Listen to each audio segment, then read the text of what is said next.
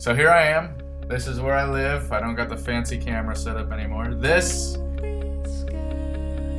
is what I draw all your cartoons on. Right there. But that's not what this video is about. This is the story of my first trip to Canada. Now, this was back when I was in college, and I was so nervous about street performing and wanting to do it, and finally I convinced my friend, like, we're gonna go do street shows in Boston. So we go out to Boston, we start doing some street shows, right? And we're doing it with these break dancers that sell drugs and drink and get stoned, like, in between shows. They're just like the worst nightmare ever. We were making like no money, but we loved it so much that we just kept going back every day. And so we lasted a whole summer, and eventually this guy, Jason Escape, was like, you guys, you gotta go to this festival, alright? There's this festival in Canada, you just show up and you can do shows. It's so much better than here. And I'm like, yeah, right, that's crazy. You can't just show up to another country and do shows. He's like, I swear to you, do it. He didn't even give us an address. He gave us an intersection in a city. He said, you show up here, you stay at one of those hotels, they don't take reservations, and then what you do is the morning that the festival starts, you wait in a line, and the first 100 people in the line get passes to perform. And we're like, this is insane, this is crazy, we're totally gonna do it. So we bought the plane tickets, we fly to Canada, and while we're there, at the airport, we didn't know anybody, so I was just like, hey, can someone give us a ride? And then some dude's like, oh yeah, I'll be right back. I'll totally give you a ride. And I'm like, what? So a couple minutes pass, he's still not back. And I'm like, oh, he was just being a jerk. But then, as we're exiting the airport, he's like, hey bros, what's up? Yeah, I could totally give you a ride, but something just came up. But here's my number. In case you need anything, like, I'll totally hook you up. We ended up taking a taxi to the intersection. We got out and we stayed at this really sketchy hotel. I mean, there was stains on the floor, the kind of place that you don't close your eyes when you sleep. It was that sketch, right? And we found the festival grounds and we waited in line, and most people I'd say got in line at like 9 a.m. We got in line at 11 p.m. the night before because we flew all this way, we spent our last couple bucks on this. If we get stuck here without a pass, we're screwed.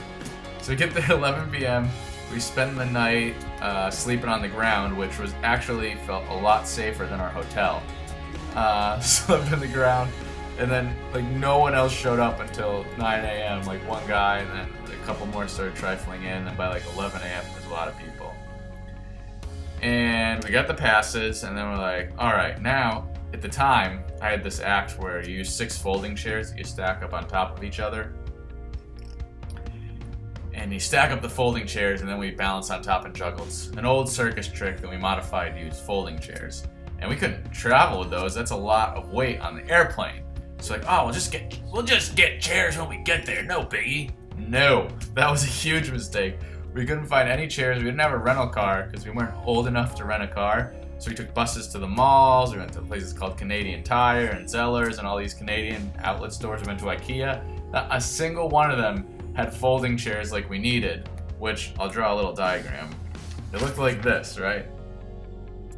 Up until I went to Canada, that is what every single folding chair I had ever seen looked like. And in Canada, none of them looked like that. So we went around for a day trying to find chairs. Could not find them. And then we're like sleeping, like, what are we gonna do for our show? We don't have half our show with us. We need these chairs. And we're like, oh, what about that guy at the airport? So we call him up and like, hey man, we're trying to find these chairs, we can't find them, can you help us bring us around in the car?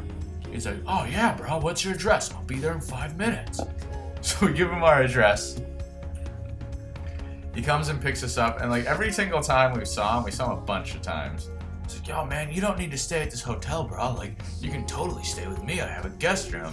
And we're like, oh man, Canadians are so nice. So he brings us around to all these stores, we can't find the chairs, it literally took like 8 hours. Can't find him. He drops us off and he's like, oh man, I'm sorry we couldn't find him, bro, but I'll send out some feelers, hopefully we can find him for you. And by the way, you can totally stay with me if you want.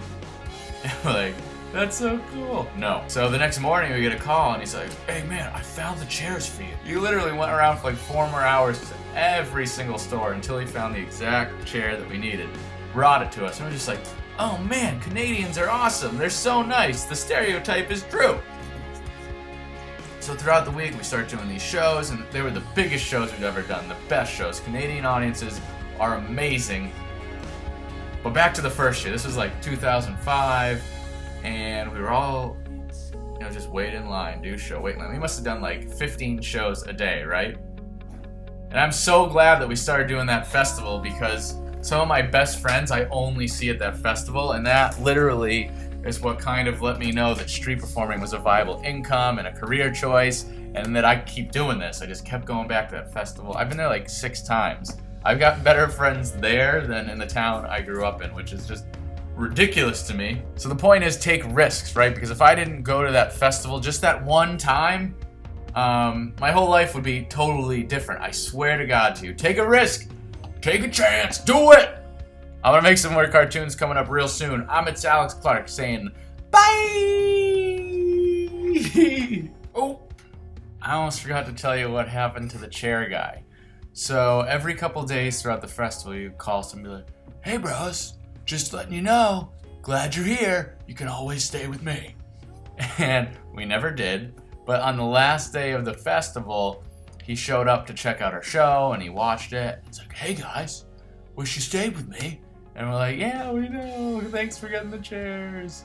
And by that point of the festival, we had befriended some people. And this girl, Amber Lynn, was there. And she was like, oh my God.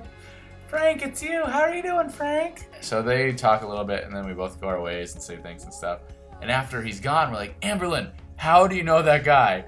He like brought us all around town. He keeps asking us to stay with him. What is going on?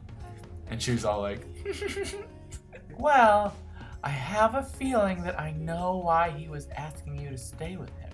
And we're like, tell us, spill the beans. What is going on?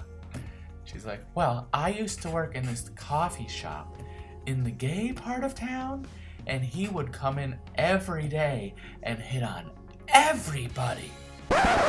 What?